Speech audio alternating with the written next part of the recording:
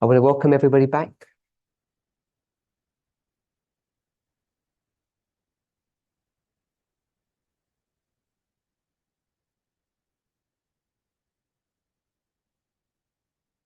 I want to welcome everybody back. This is the third of our fourth presentations with me.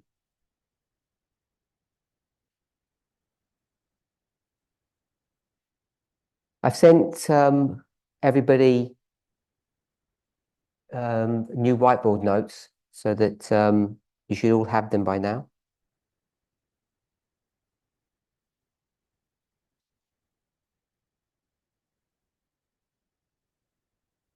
So we're going to just do a quick recap of study number 2.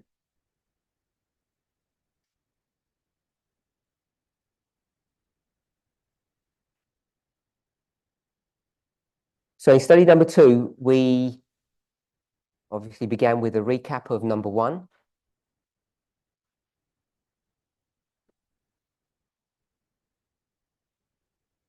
So I'm not going to go into most of what we discussed.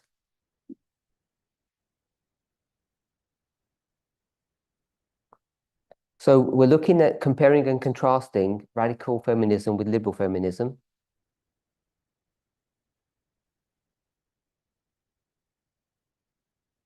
And we try to look at what the primary objective for both was.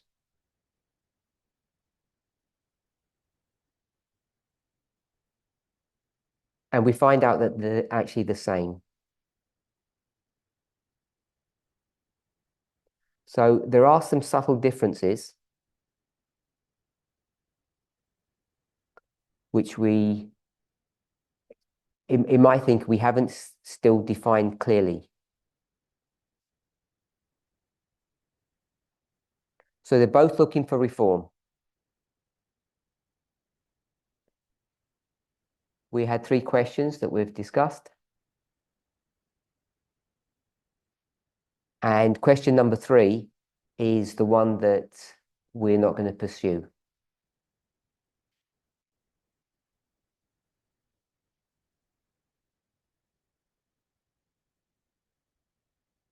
So when we spoke about liberal feminism, we had a definition that they work within the system.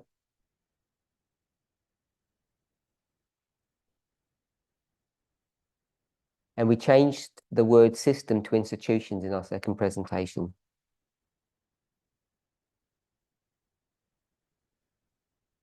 We came to the conclusion that they're limited in what they can achieve.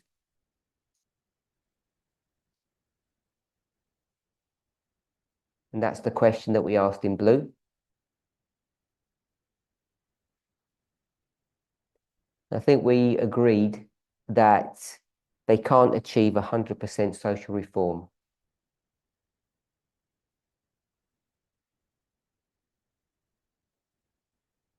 We then looked at radical feminism. And we brainstormed a number of concepts or ideas.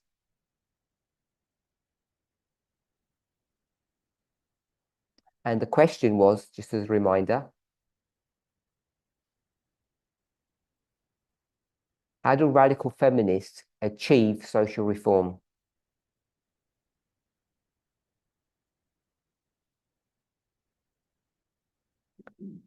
So we brainstormed 9 words.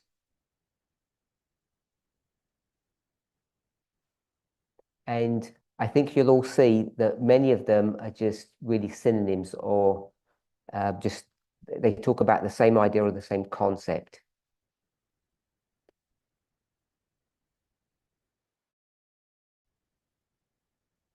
Destroying the old is the same as creating the new.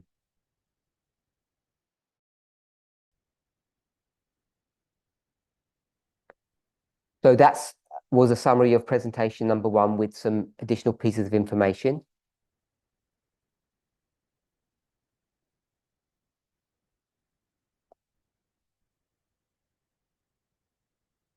This is where we went into study number 2.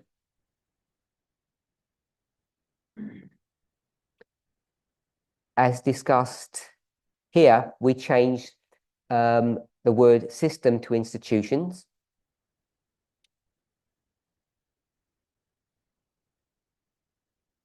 And that's what it says here. System equals institutions. And then what we explored was the difference between within the system or outside of the institutions.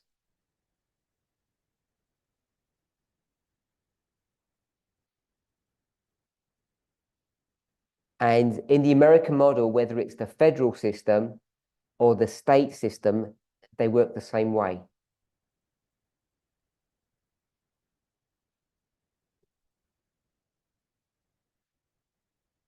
And I gave a simple definition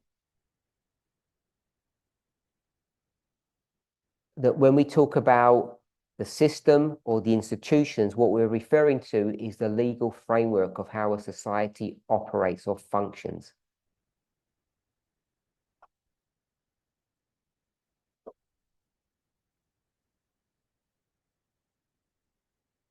So if you're either going to look at the political or the legal system of a society, a country,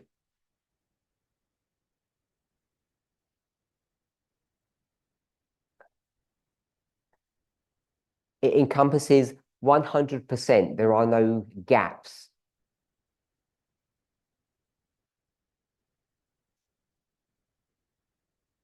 And if we define the system or society or the institutions in this way,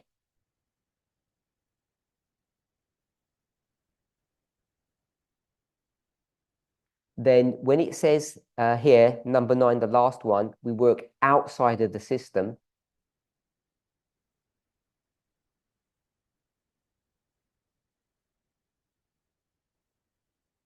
you realize that working outside the system means some kind of illegal activity.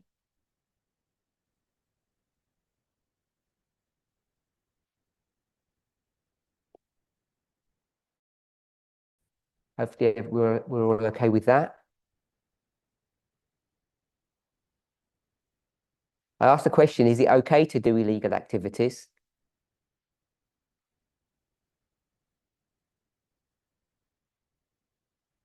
Most said no, but several people said yes.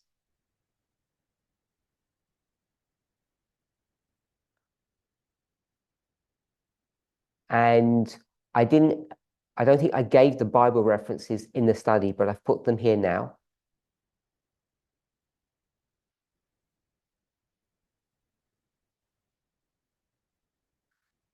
Romans chapter 13 and Titus chapter 3.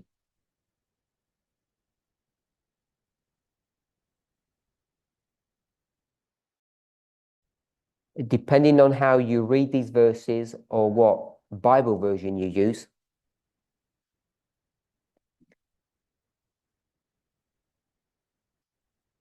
there are slightly different connotations, but the conclusion is, as is written on the board, you need to submit the government, you need to obey the rules.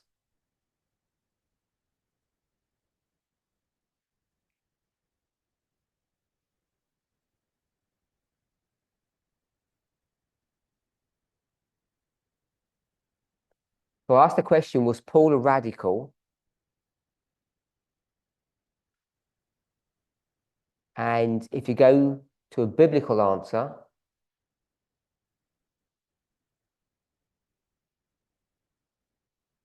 we went to, I don't think I gave the Bible verse itself, but we went to Acts 17.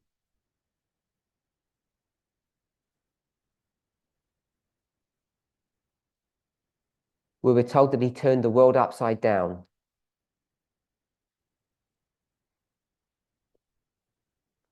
And I'm suggesting that the word world, as used in the King James,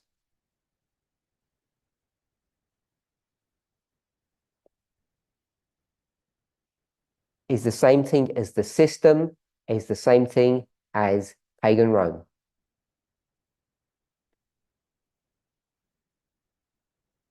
And there's no evidence that he actually destroyed or challenged pagan Rome.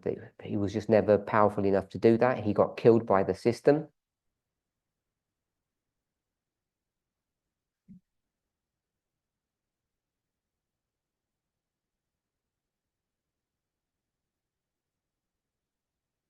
And depending on what story you want to tell, pagan Rome goes on for another 500 years.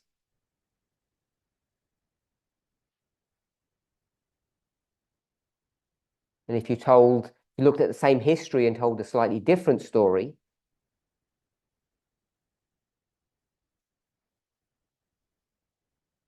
you see that pagan Rome is still here with us.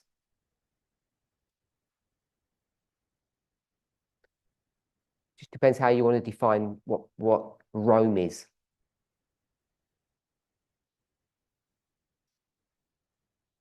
In reality, he just turned a few people around.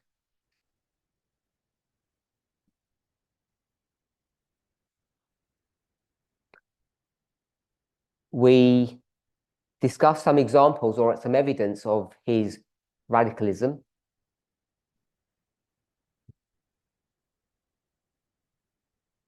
First Corinthians chapter 11, he's clear that women should conform to the social norms of the time.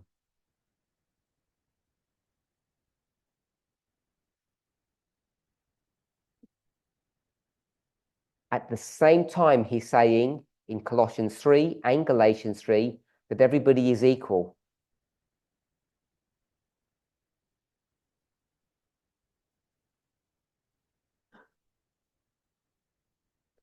And then, again, we didn't discuss the verse, but Philippians chapter 1,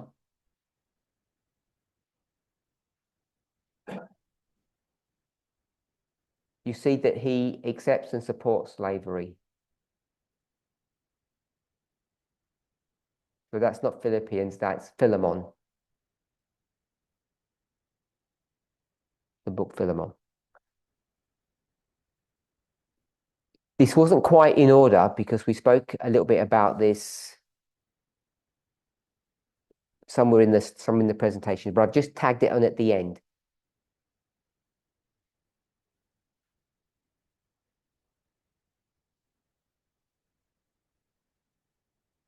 So this plays into the question that we need to address when we talk about the difference between liberal and radical feminism.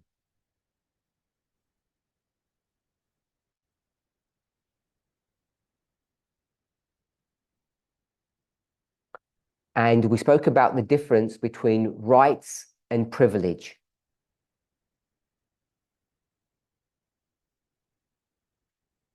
I asked when the rights in the United States were afforded the citizens here.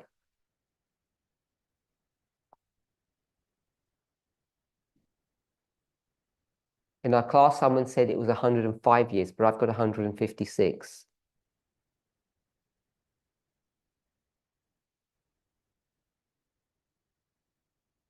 So I just calculated it from the 14th Amendment.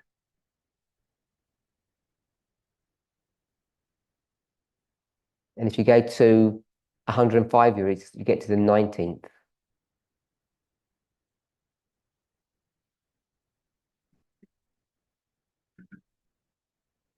So someone says what? So someone's going to say that, so I'll put it back 105.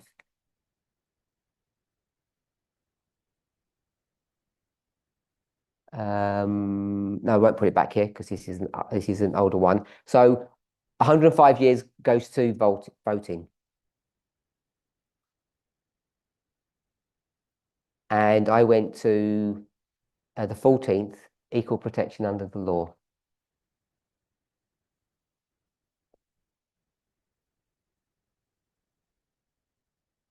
So then we looked at privilege, and I just said that privilege is still alive and well.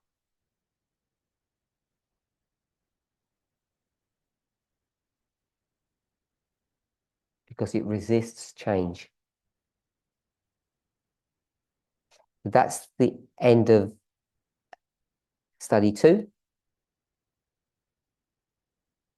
And that's the quick recap. Gloria? So pagan role, would you say that's spiritualism? And then would you connect that to UN now? So Gloria's asked about pagan Rome.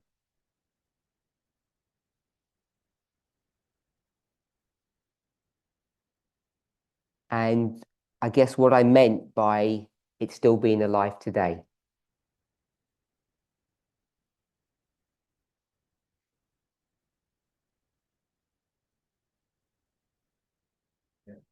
So where would you normally put pagan Rome coming to its end?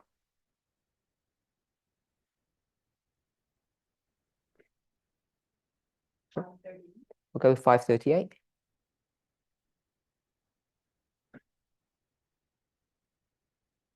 AD 538. And I said, depending on what story you want to tell, you can see that it's still pretty much functioning now.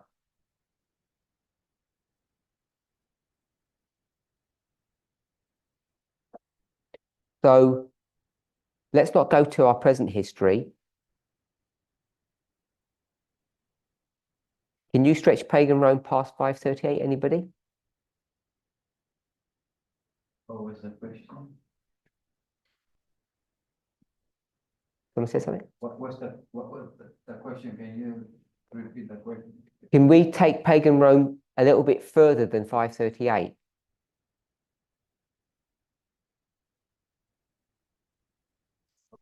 The beginning and the end. Or those. I want a title or a phrase or a concept that takes pagan Rome way past 538, even if you can't bring it to today. Right?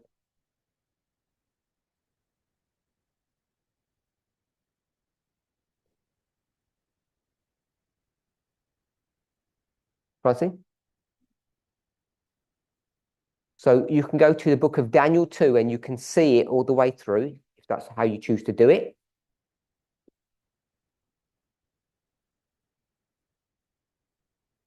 The legs of iron, pagan Rome. And then it goes into the feet and the toes.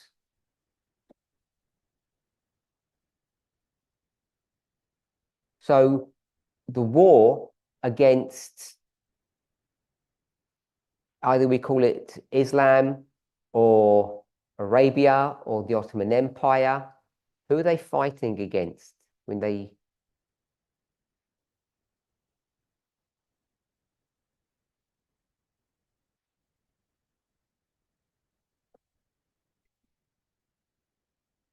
Could you repeat that? Who's the east wind battling against centuries after 538?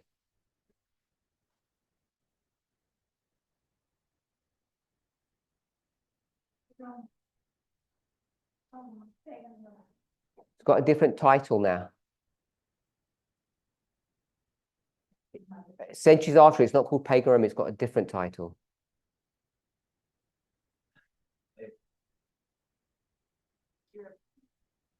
Claudia? Claudia? You said, I thought you said something. What is going on? Sorry. I'm going to misspell this.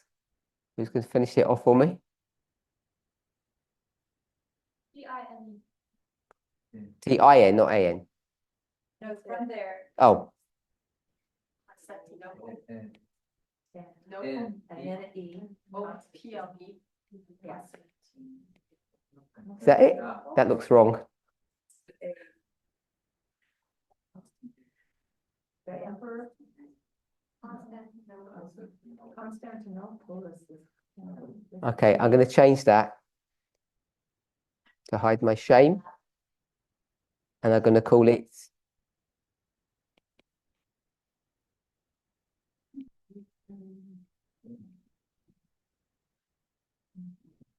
the Eastern Roman Empire, Constantinople.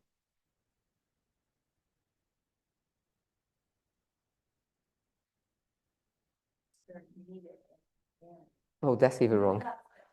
Yeah, it melded in with the. There you go.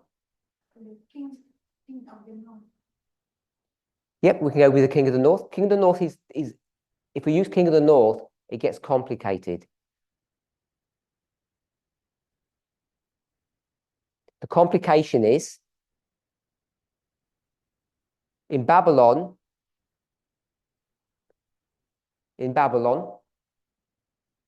you have two things combined.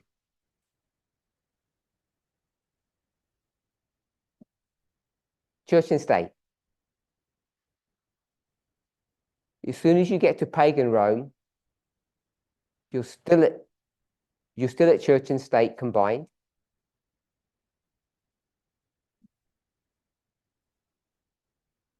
By 538, they separate.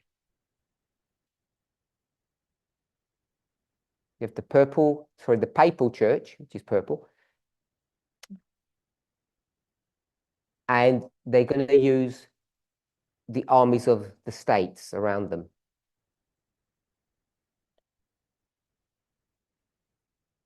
Does that answer your question? Yep.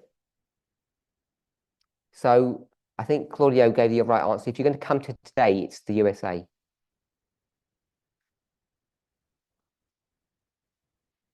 We could argue, I guess, that the UN plays a part in it. Depends what the issue is.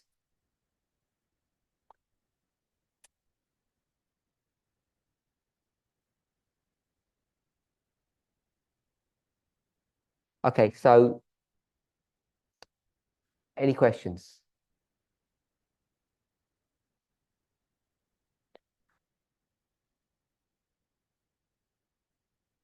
Do you want to go back to yesterday?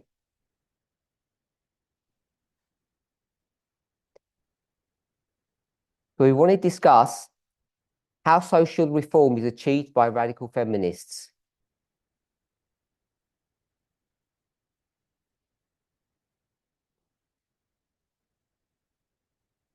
And we need to consider also how liberal feminists do this.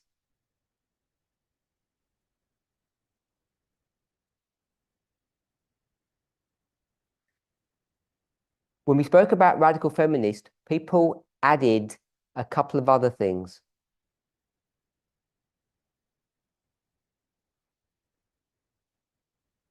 What are the things here that we could pick on which are really different to liberal feminism?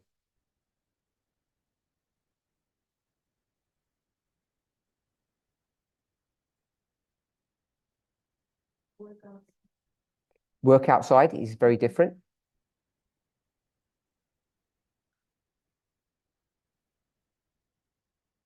I'm going to say personal influence. And I'm going to put a question mark for change of mindset.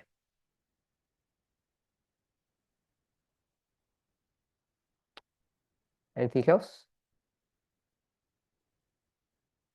To destroy the old and to create the new, I think become problematic.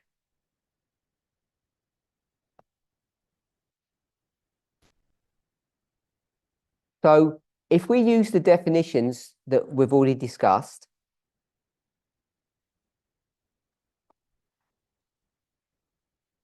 we get some problems that several of you have highlighted.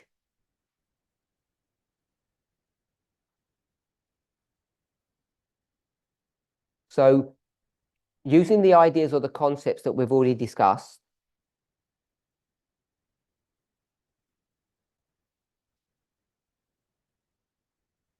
we ask ourselves, are we radical feminists?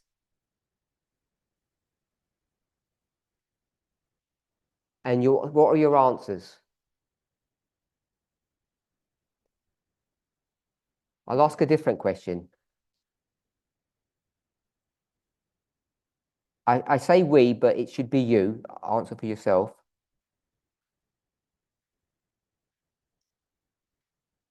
Are you a liberal feminist? Put your hand up if you're a liberal feminist. 3 people, 4. Numbers are increasing. 5.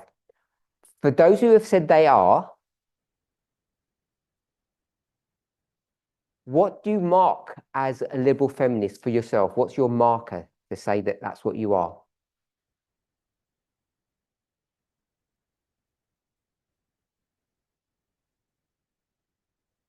Sarah? Within the system. So Sarah says that she works within the system.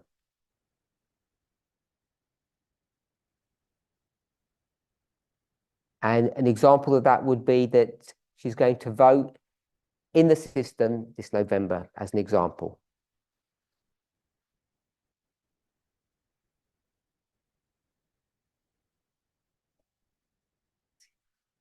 Yeah, separate to your age. Sure. Gloria? Same thing. The same. Anyone else who else had their hand up? Lily? Oh, I saw Emmanuel's hand up. So the same thing that was said before. So the people who put their hand up who said that they identify as liberal feminists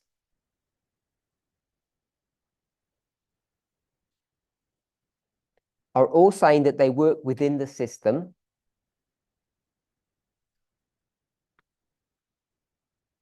And here in the United States, an example of that is that they will vote.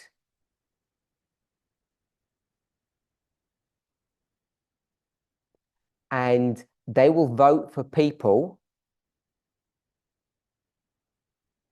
who they don't even agree with on, if they had 10 policies, they may not agree on 5 of them.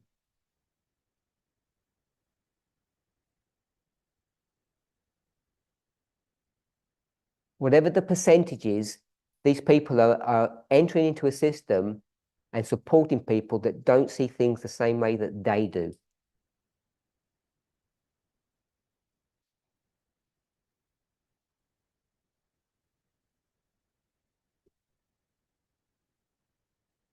So Kennedy's out of the race now, so there are only 2 people.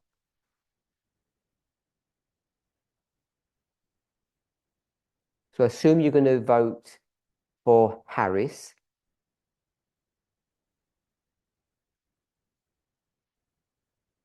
And I'm guessing you don't agree with everything that she says or stands for.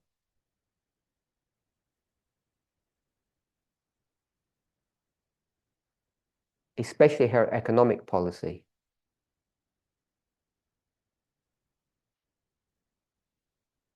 Is that a fair representation, a fair statement? Okay, so the rest of you who didn't put your hands up, does that mean none of you are going to vote? So my question was, I asked who are liberal, and only about 3 people put their hand up.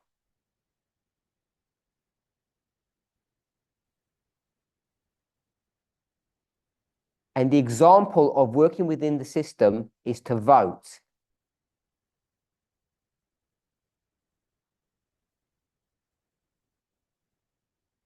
This November.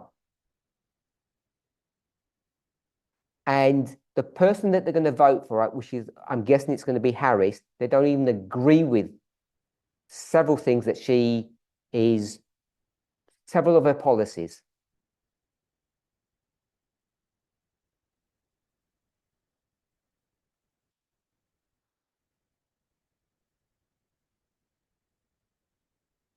So they defined their identity, these few people, by their actions. Second. If that's the case, for those of you who didn't put your hand up to be as being liberal,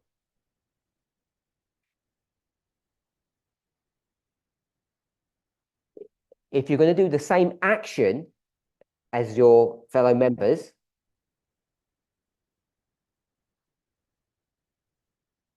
you're still not identifying as being liberal the same way they do. So you see things differently, I guess.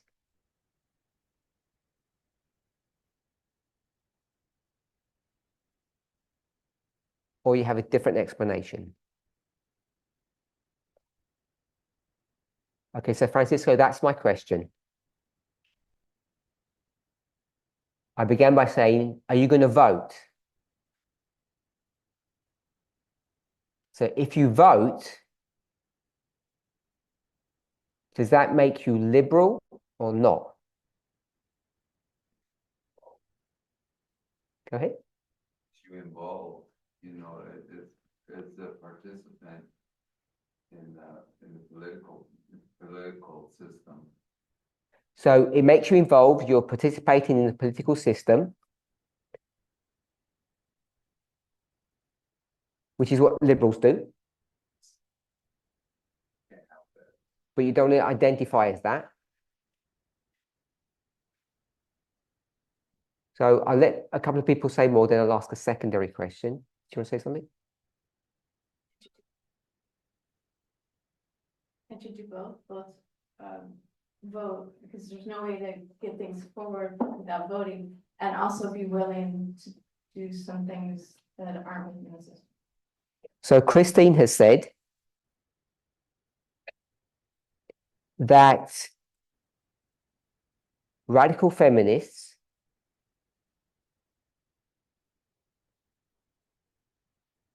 you didn't say it this way, but I'm going to say it this way. Tell me if you say yes or no.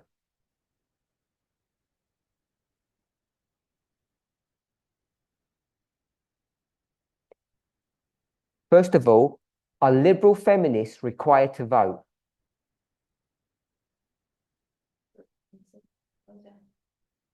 She said yes. Liberal.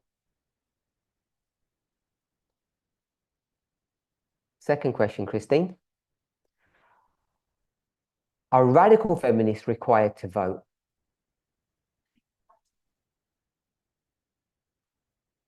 Your answer is no. I think we have to. Oh, yes, you said. Okay. So she said radical feminists are required to vote.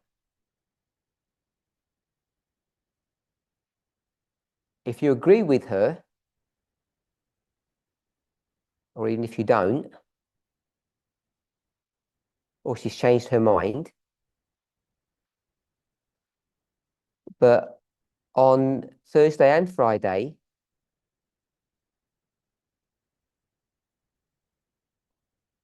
you didn't put work within the system here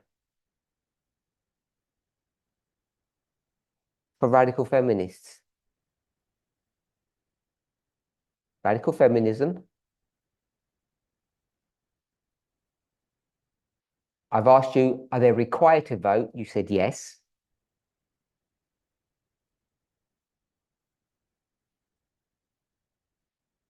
And voting for Harris is working within the system.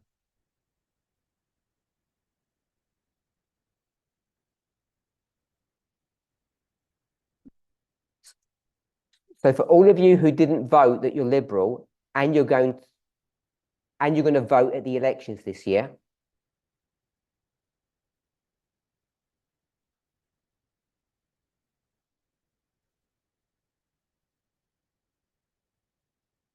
then either you've developed your thinking on radical feminism,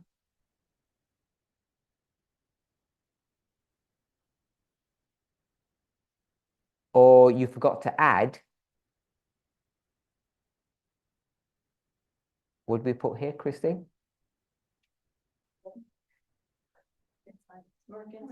Within.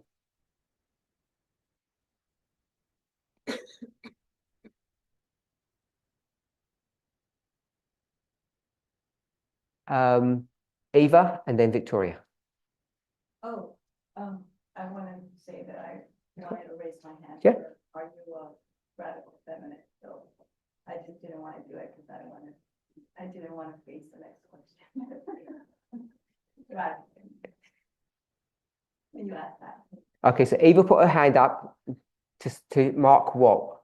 That you're radical. Yeah. Okay. I didn't get it there, because I didn't want to say the question. Did she put her hand down because she thought, I'm going to ask her a question?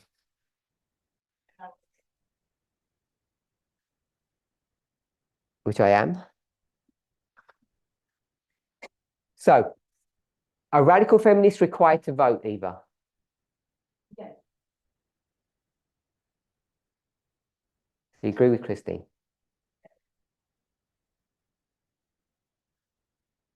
You want to say something?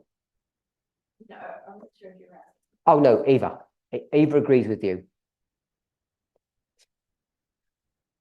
Victoria. Victoria's question or thoughts were already addressed.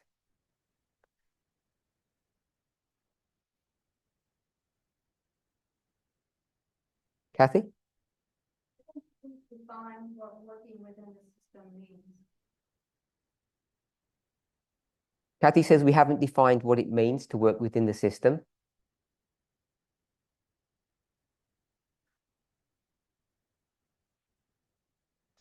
Kathy, do you agree that an example of working within the system means that you will vote? Participating.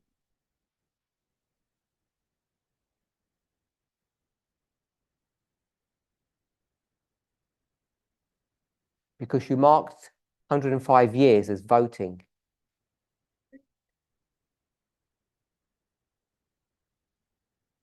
Go ahead. Understanding working within the system means to incorporate women into the systems of government. So your understanding of working within the system is to have women participate in the system.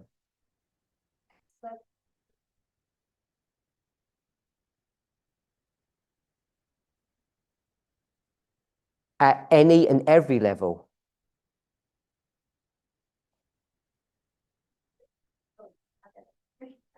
You've got to wait because I've got a translator.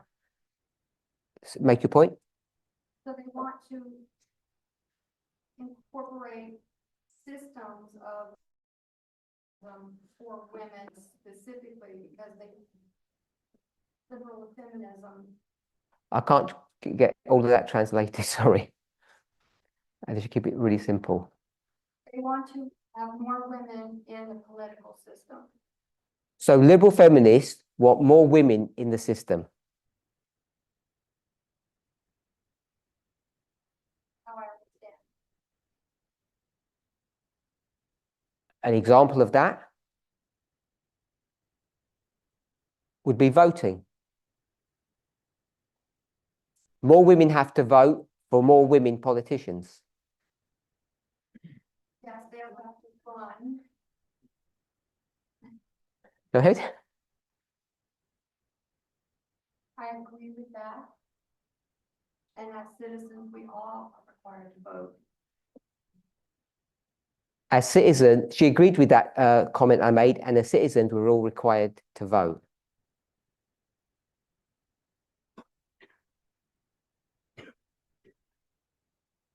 So, as a citizen who rejects the current system, are you required to vote for it?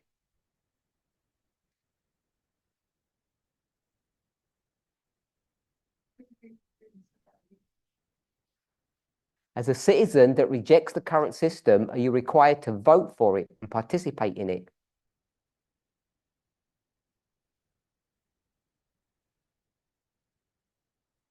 Not if they can. Kathy said no, but I think earlier she said yes.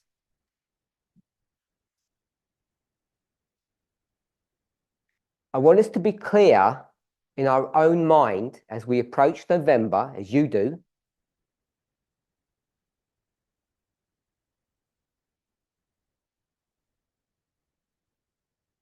whoever you identify as,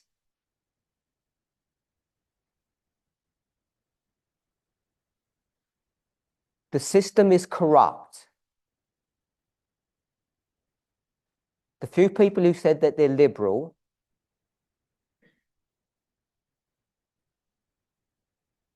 have resigned themselves to the fact that they will work with a corrupt system.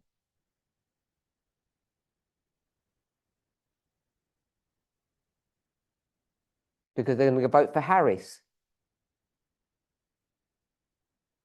And Harris is as guilty as anybody of being part of the corrupt system.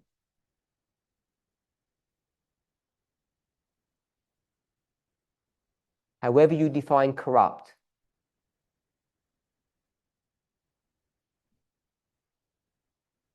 So that's to Kathy.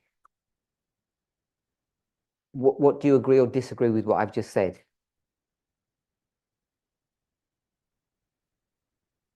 Sorry? Kathy said, now what? That's my question to you. Now, what are you going to do?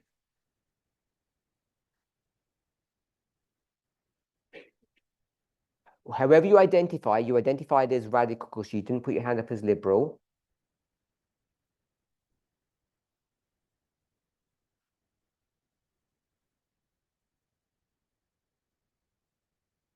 Will you participate voluntarily or are you required?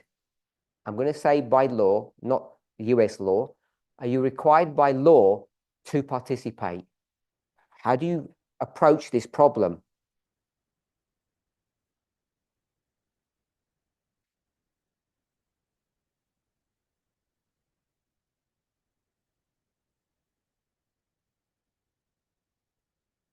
The reason I'm asking the question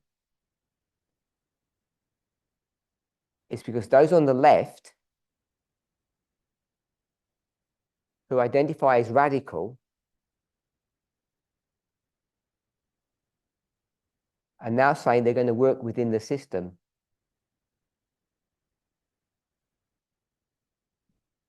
And I think they bordered on saying, if not definitively, that they're required to do that.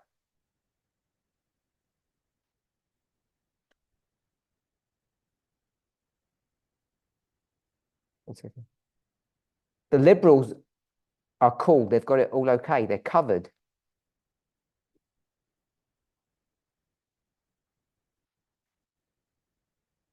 It's the radicals that are in a hard place, potentially.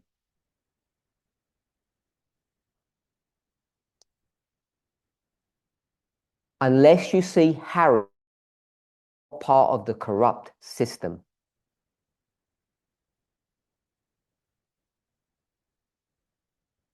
And if we're going to identify, loosely speaking, her as the establishment,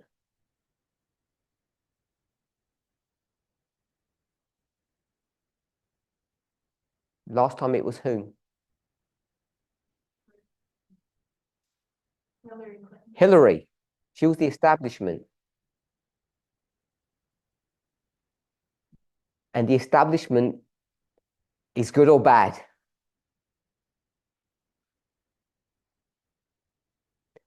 Compared to the alternative, it might be better.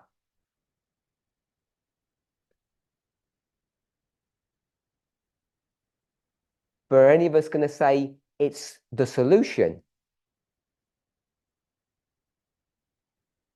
The only reason she's here is because of what? Why is she here now? Here being, why is she the nominee? Don't use the word Biden. Say something more toxic. The establishment Biden stepped down. Because a white old man said, "I'm tired, you take over."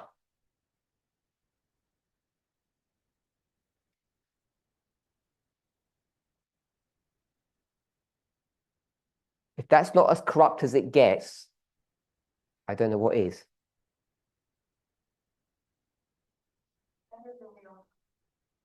Go ahead. The alternative candidate opposite. No, I don't argue that she's not better.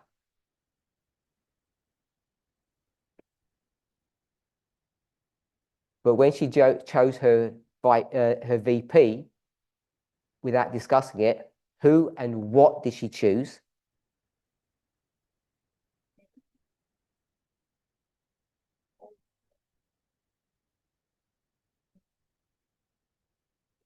She chose the system, the establishment.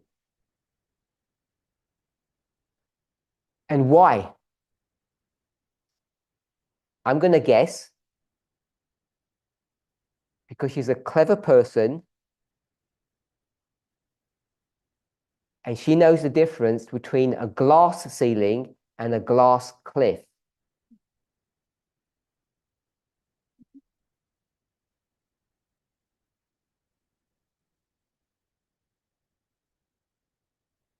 And she knows which one she's been handed.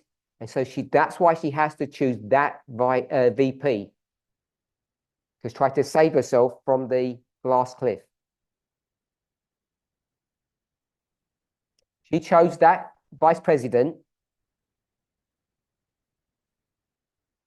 to try to save herself from the glass cliff that's been handed to her.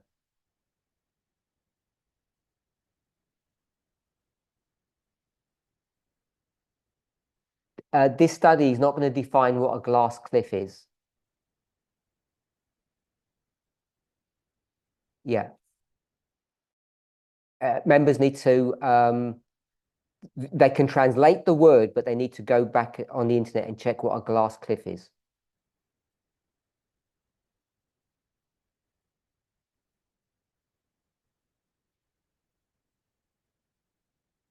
We'll call it Mission Impossible.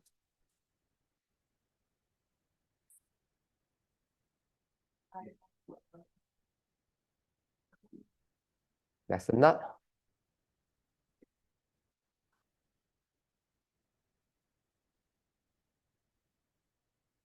Okay. Okay. Are we done, Kathy? We okay? Okay. Gloria? Elaborate on Harris's bad economic policy. Someone wants me to comment on Harris's economic policy.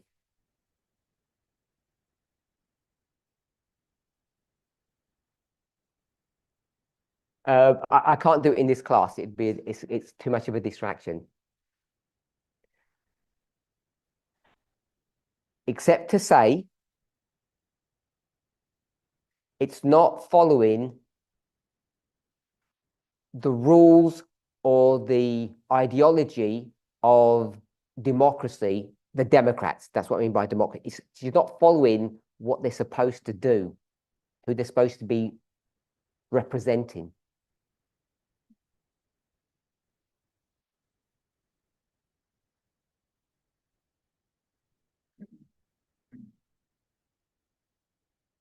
Back to the question.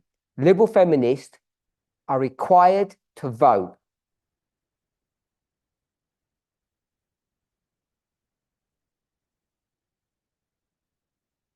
Put your hands up if you believe radical feminists are required to vote.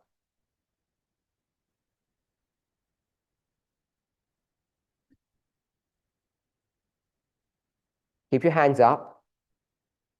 To vote within the system.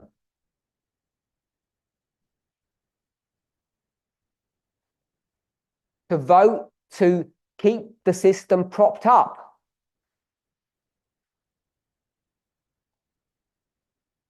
If you're putting your hands down, you're not being logically consistent.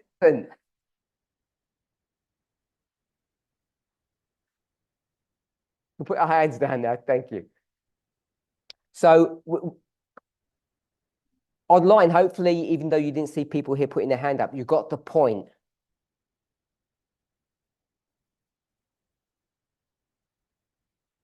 We might not be able to explain or define it when I ask for definitions.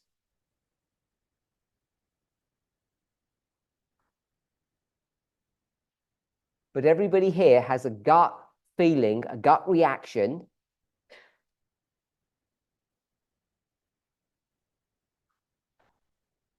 Or they live, or they're pragmatic, I don't know which.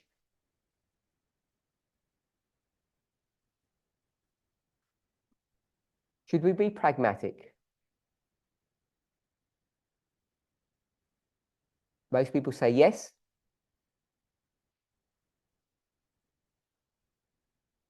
Should we be principled?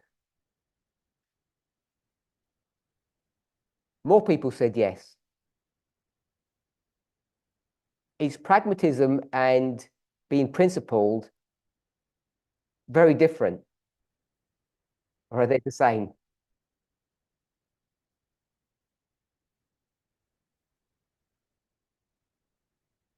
Because I think they're quite different.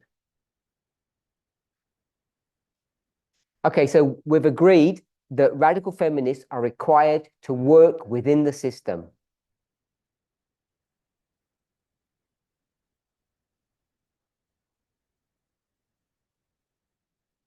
So we've made some progress. Isabel? I feel that I have to climb in the scaffolding on the framework to destroy it. So Isabel's given the imagery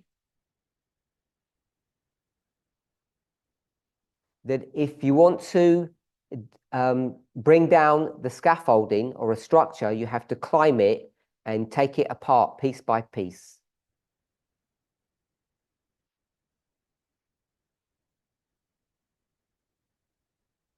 Can you hear me? Oh, if you want to break down a structure,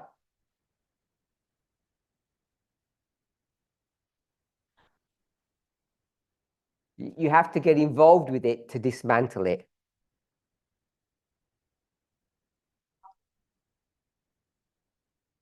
I guess in English, you'd say you have to get your hands dirty.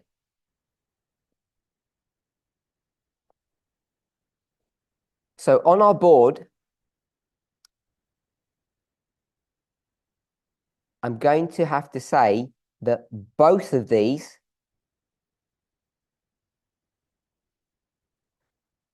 have to work within the system, which an example of is they're going to vote this November.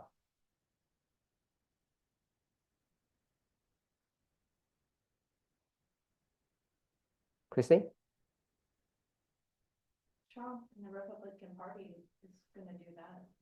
By being in the system, getting Trump in there, they're going to end up destroying it intentionally. So Christine said that Trump is going to get into the system and destroy it.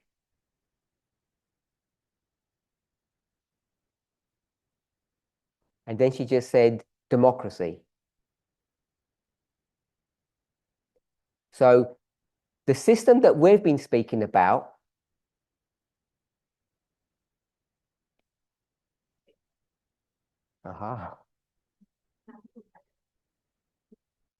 the system, the world, the institutions, we might want to call them democracy, but it's really patriarchy. Destroying it, he's making it worse, reinforcing. So Trump isn't destroying anything.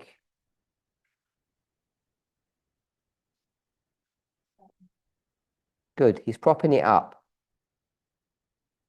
So we've established that radical feminists and liberal feminists, in the framework that we've discussed, working within the system, are the same.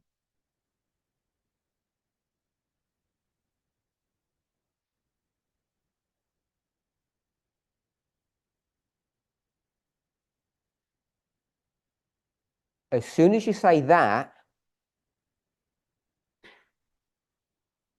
then you're forced to come to this conclusion. Liberal feminism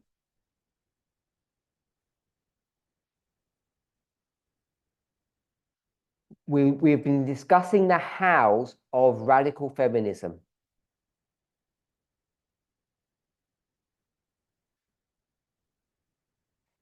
What's the biblical command?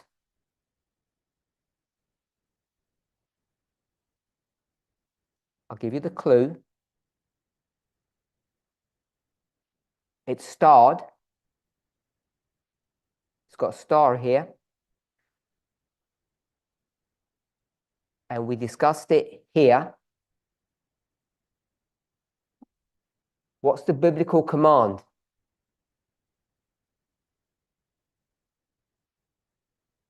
Sue Ellen? Is it render unto Caesar that which is Caesar, and unto God that which is God? Sue Ellen said, render unto Caesar that which is Caesar's. She spoke about God, but I've left that bit out.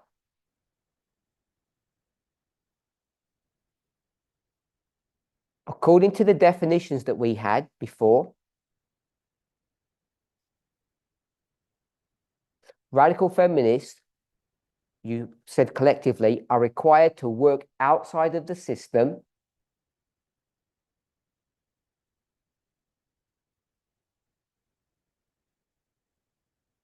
which means they would do things that are illegal.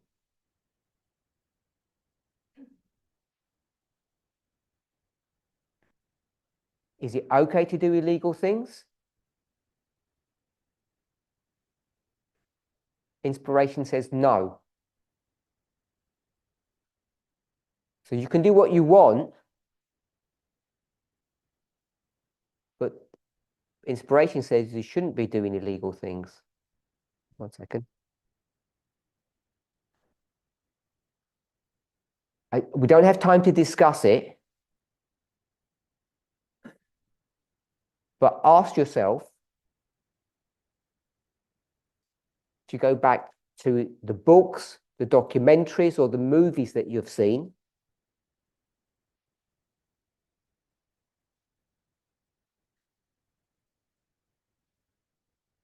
Was the civil rights movement legal or illegal?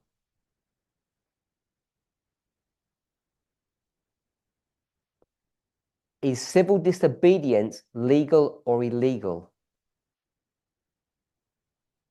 It's legal. The First Amendment of the Constitution. So I don't know if we were 100% on the same page on that question, but we don't have time to discuss it, but it's an important point to consider in our discussion.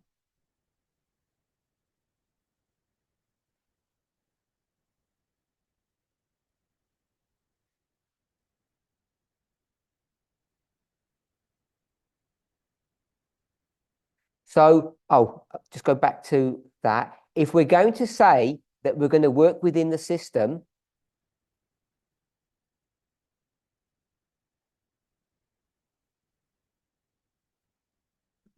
then we're on this page for liberal feminism.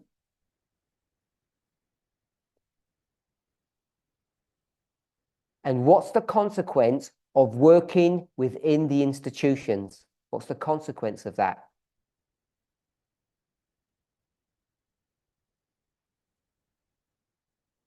Claudia? We have to look at Daniel 2, the stone, it's killing the statue. So Claudio has taken us to Daniel chapter 2. The stone is destroying the statue.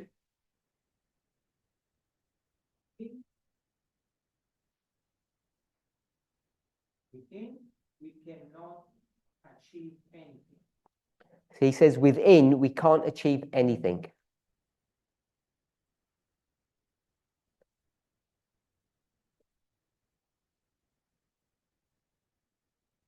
We may not be able to finish it at this camp meeting, but I want us to all hold that thought in our minds about working within and working without.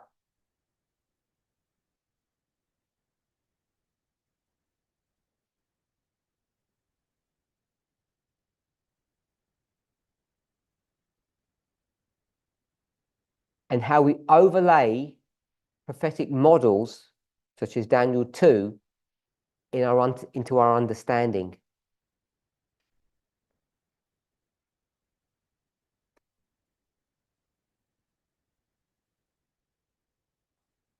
Okay, so if you're going to work within the system, what follows on is the second point.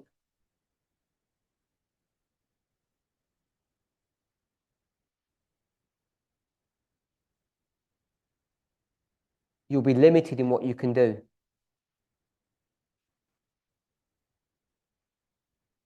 So radical feminists, in the same framework that we are discussing, the institutions, they're going to be limited in what they can achieve.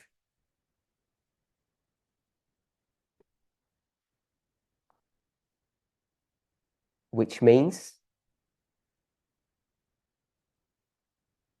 that they can't get 100% because they can't get to the root of the problem.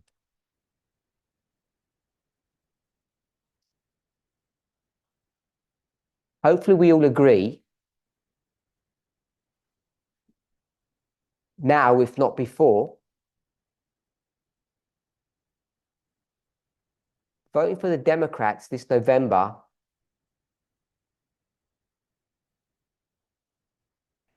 is not even scratching the surface with respect to addressing the root of the problem.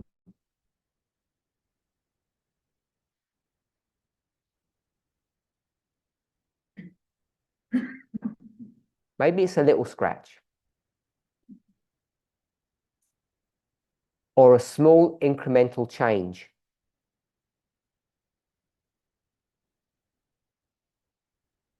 Assuming that she was to win.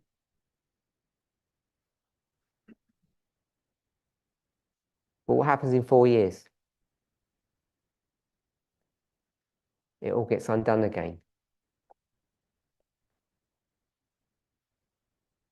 So as soon as you start working within the system, which you've agreed that you're required to do as a radical feminist,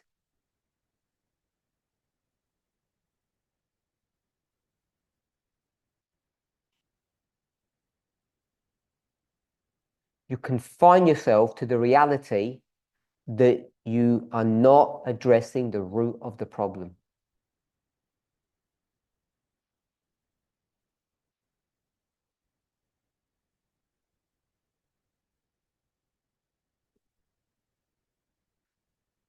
Just ask one more point. And that, I think, is why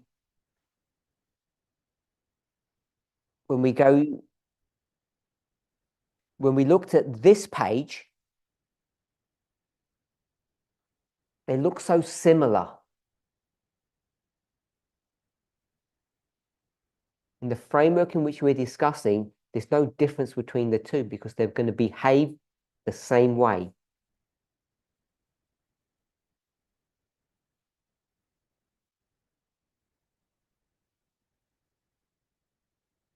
Victoria. Commenting on scratching the surface, but if we didn't do anything, then no surface would be covered, so. I mean, we wouldn't get. One second. So Victoria said, when I mentioned the idea of scratching the surface,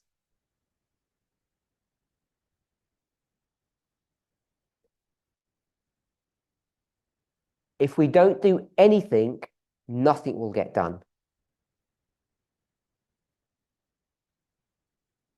Which is the same ideology or thinking that liberal feminists have.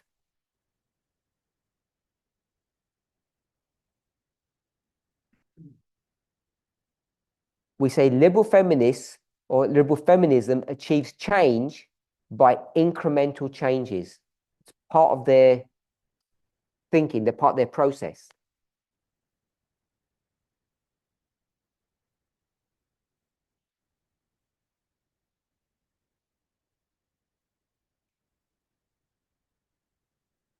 Victoria? Are you sure? Anyone else want to comment? Manuel? So the way you are displaying this is like we have to forget the idea of being. becoming a radical feminist. So Manuel says the way that this study has gone, the path that it's taken,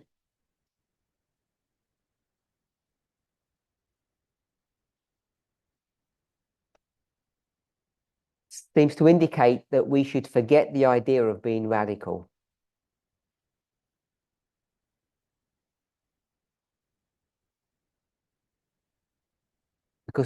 Because it all seems so liberal.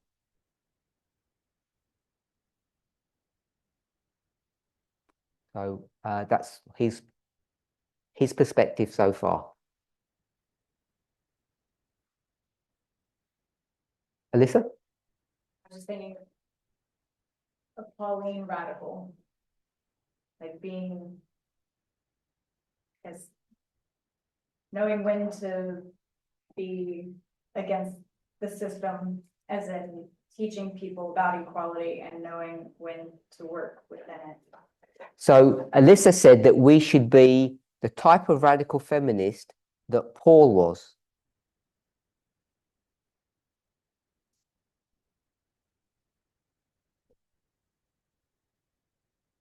That's the point you made, yes? So we pick and choose when we fight against the system and when we use the system to our advantage.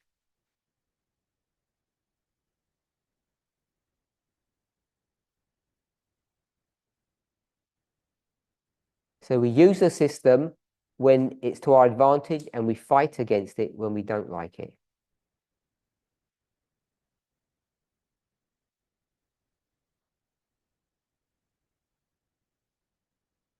What a principled way to live. Why is the serpent as harmless as a dove? Alyssa said that she's very wise. Like serpents. Christine. I was thinking that maybe right now there's not a whole lot of things that where we would do illegally, but if Trump does get elected. So Christina said at the moment, because the weather's fair, we don't have to do illegal things. But when Trump gets elected, there may be things that we have to do that are legal because the laws that he creates will be against God's laws. so when Trump gets into power, we will have to do illegal things because some of those laws will be against God's law.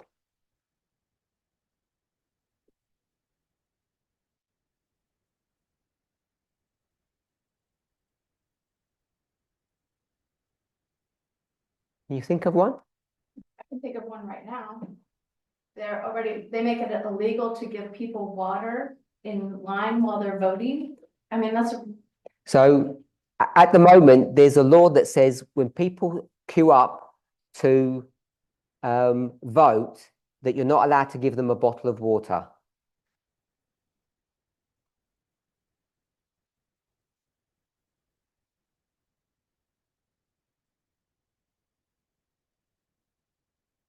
Because it's political interference. And Christine would break the law for that.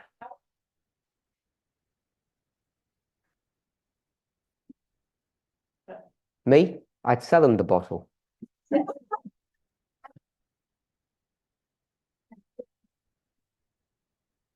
Okay, so I think the laws will be worse than that. You know, another one? abortion, helping someone in one. So someone said about abortion or medical interventions of any kind, I'm guessing. Helping somebody if she wants. So if it turns out that it's illegal all across America,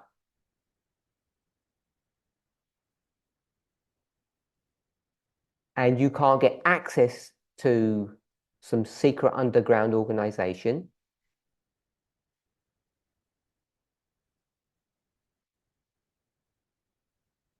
what would you do? A simple thing that you could do. What's that? Drive them to Mexico. I don't know why people laughed, because that's the obvious answer. You drive them to Mexico or fly them to Mexico.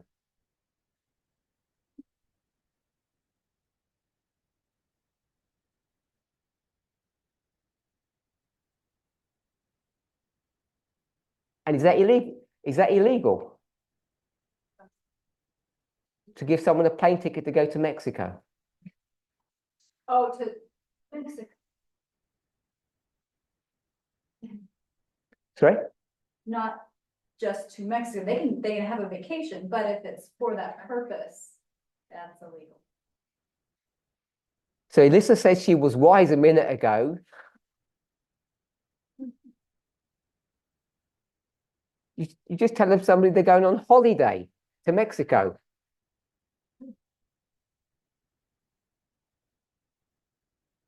I'm just trying to point out that you don't have to break the law.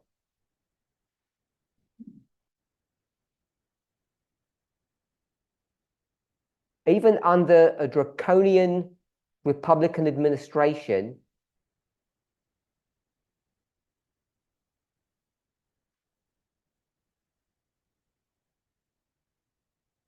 can't remember what I said. Draconian, a dictatorship. It's easy to circumvent those laws. It's really easy to do that.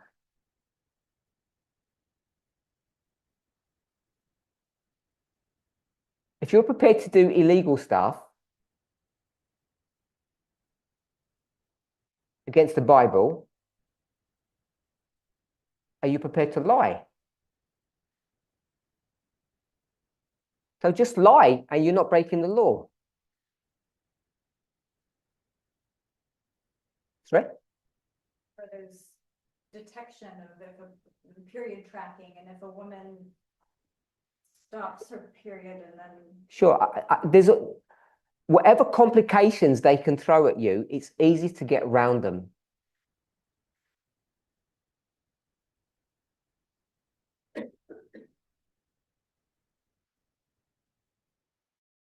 It's that you're technically not breaking the law. It's relatively easy, I think.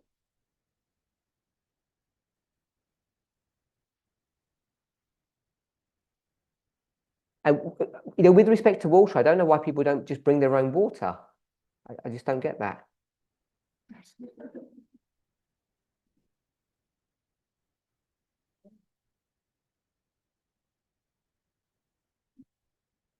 So, Ellen? That's why we have to compare that to the abolitionists and the fugitive slave law. So we have the abolitionists and the fugitive slave law. So anybody want to comment on that?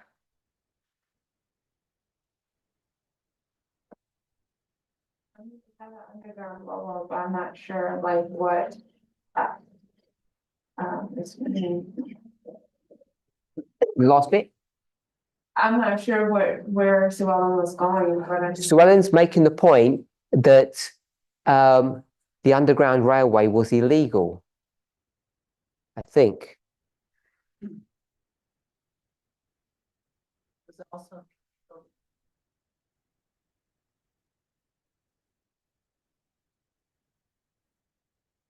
So it's the same point that Alyssa made. If they're going to go, or Christine, if they go against God's law, then we can break it. Can't break God's law.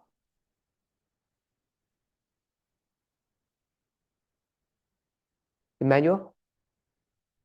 On the underground law. So it's like right now, time like leaving the red state going to blue state. So back then it was like that. So you can see how she was doing that, leaving the underground road. I'm sorry, I wasn't able to translate that. About the underground road back then. Right now, it's like blue state and red state. You leaving the red state because the abortion restriction, going to the blue state to get abortion. So Emmanuel's saying that the underground railway wasn't even illegal. I think he's saying that.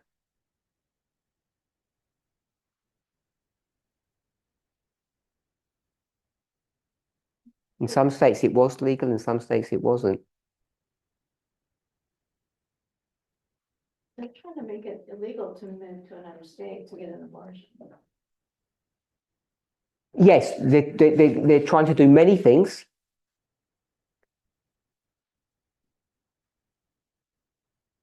Like preventing you from having freedom of movement. But I guess all that has to get tested against the Constitution. Does it? The state, Sorry? does it anymore? Does that even matter anymore? Someone asked, does it matter? It does, because if you don't agree with the state, you take it to the Supreme Court. If you're going to say to the Supreme Court, we already know what they're going to say, that's a different issue. Does it matter?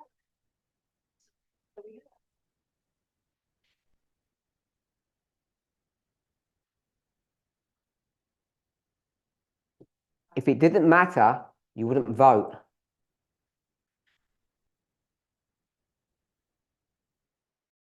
Matter. Voting for Harris if she wins, it's only a stopgap, it's only band-aid. So either we vote or we don't vote. If we become fatalistic, then just let it all burn.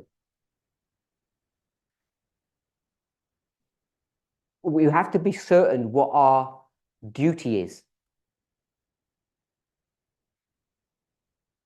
And if you have either a religious or, when I say moral, I mean secular moral duty to vote,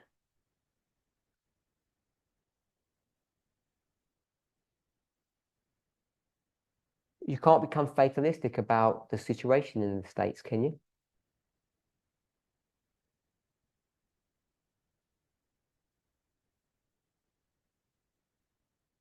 You can't, I don't see how you can have it both ways. I think the cup's almost full. The cup's almost full. I'll go with that. I'm happy with that. Zach?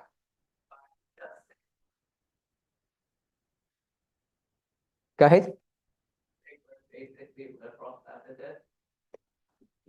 What I'm trying to say is, based on what we've looked at and all of your comments, when I ask simple questions,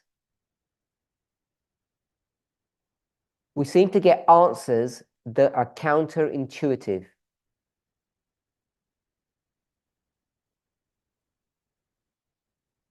So it's not something that I'm trying to say or to teach. I'm just trying to ask simple questions so that we can understand who we are.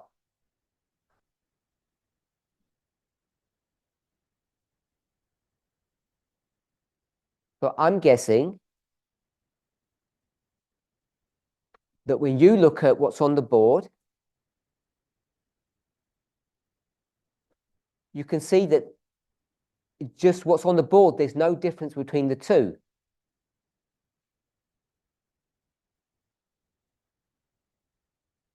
So either that means there is no such thing as radical feminism,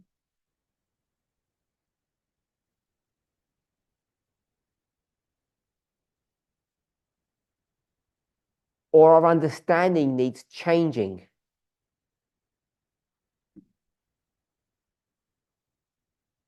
I've tried not to trick people or deceive them.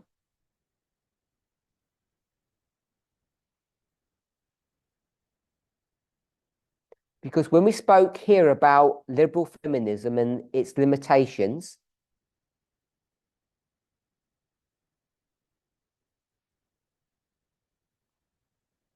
we then went on to radical feminism,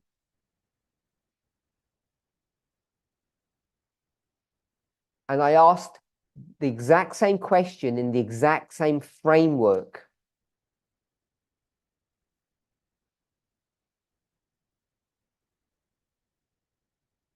And I think it's a cliche, but using that methodology, I believe, is correct, not incorrect.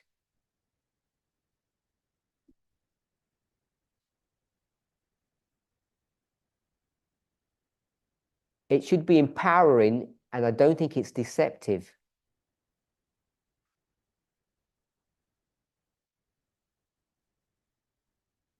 So there was a question at a previous camp meeting recently. I think it was something either about law or love. I think it was law.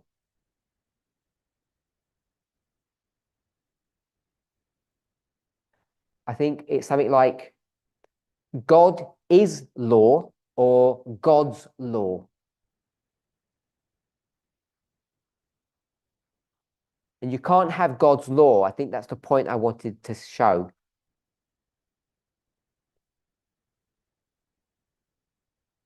Because it builds upon this model that you're working outside of God. There's something separate to God.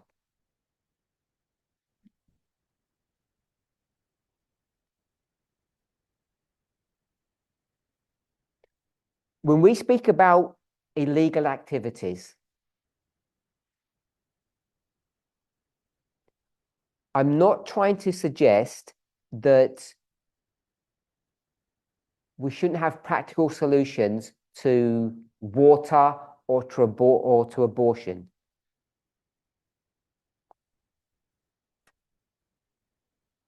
But what I am saying is, it seems to me, if we look at the great controversy, the two sides of right and wrong, good against evil,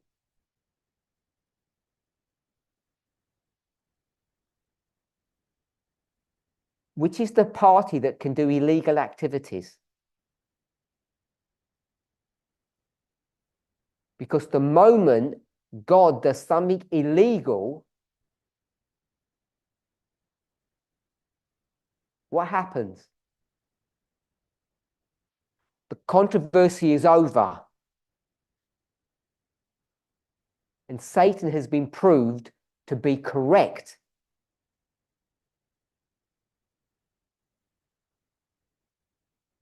That's the point I wanted us to see about illegal activities.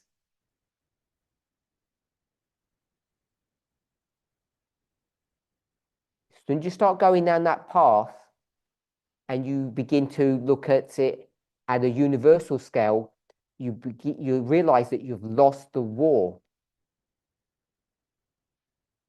Yeah, 1 second.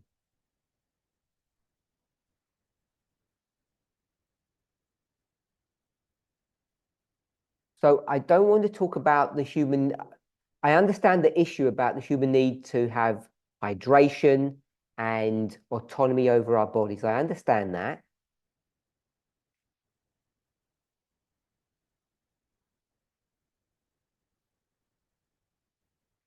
And I'm not resisting those ideas. We're not fighting against Trump. We're fighting against principalities and powers in high places.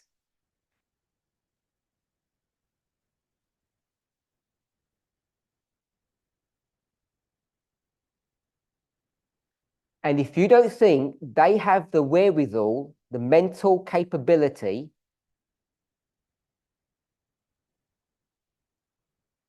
of manipulating whom? Who would they manipulate? And it's not Trump. It's you. They know how to push your buttons. And if they get to a place that they create a system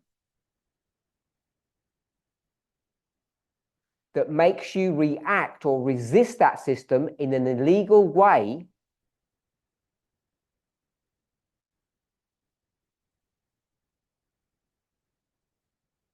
you've already failed. And the problem is, if we're the 144,000, like we claim,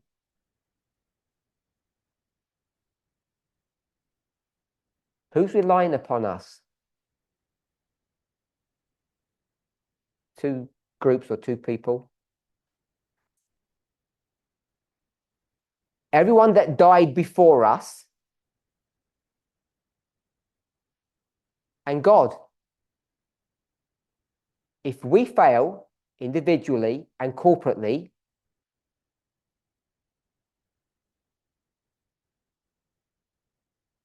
the controversy is lost. So I'm not saying that about the water issue or the abortion issue. It's a broader issue than that.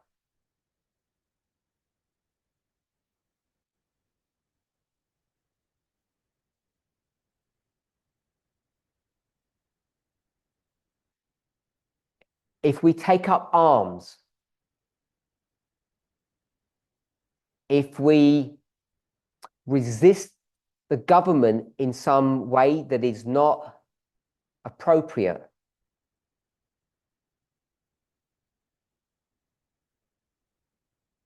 or we just become fatalistic about the end.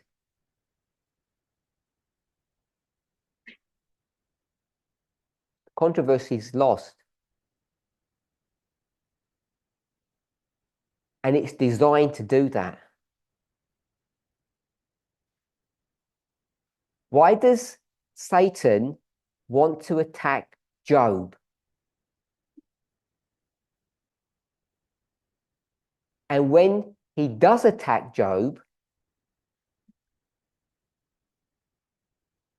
where does he want Job to be in his experience? He wants him to believe that everything is fatalistic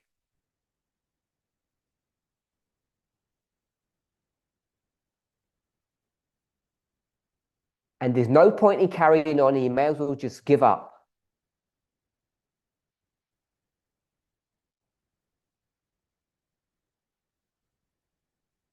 That's why he doesn't get killed. He doesn't need to kill him.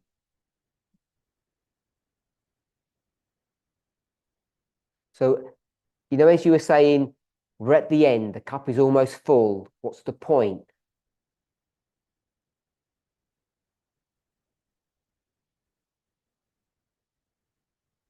I wouldn't suggest that's the story of Satan's attack against Job.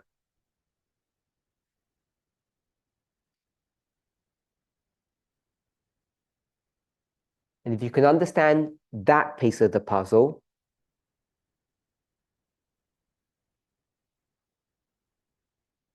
with illegal and illegal modes of operation,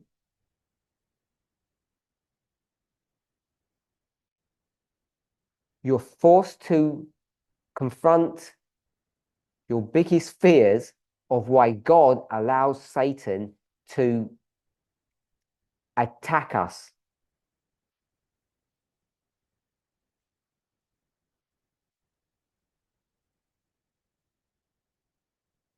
To create a system that is designed to destroy you.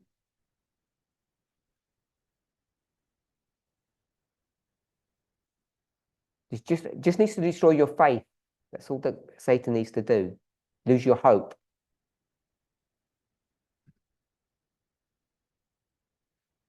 What I wanted to show, when we go outside the system,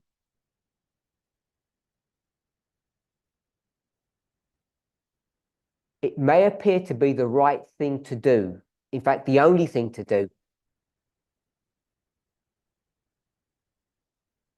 But it creates more problems than it solves.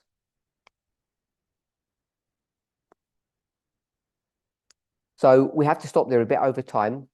And I just want to finish these thoughts off next time.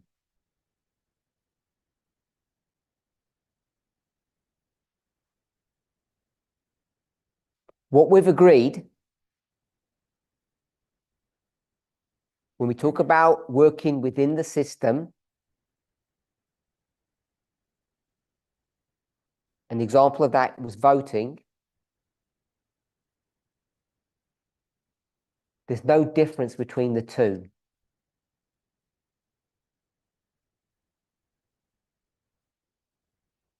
Which is why this movement several years ago said it's your religious duty to vote.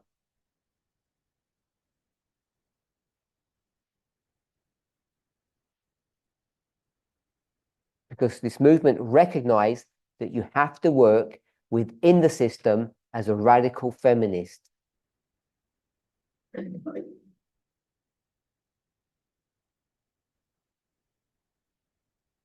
Which means you're not supposed to work outside of the system.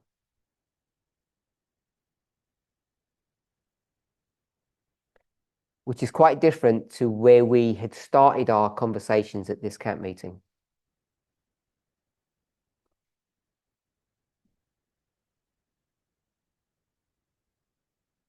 Let's pray.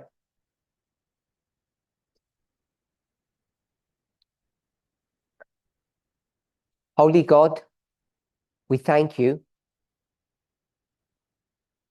that we have the privilege of working closely with you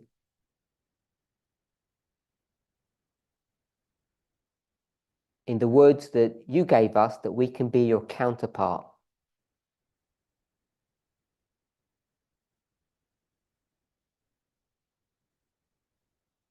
Individually and corporately, give us faith. Give us courage. Give us determination that we will not become weary in well-doing, that we will not become tired. In Jesus' name, amen.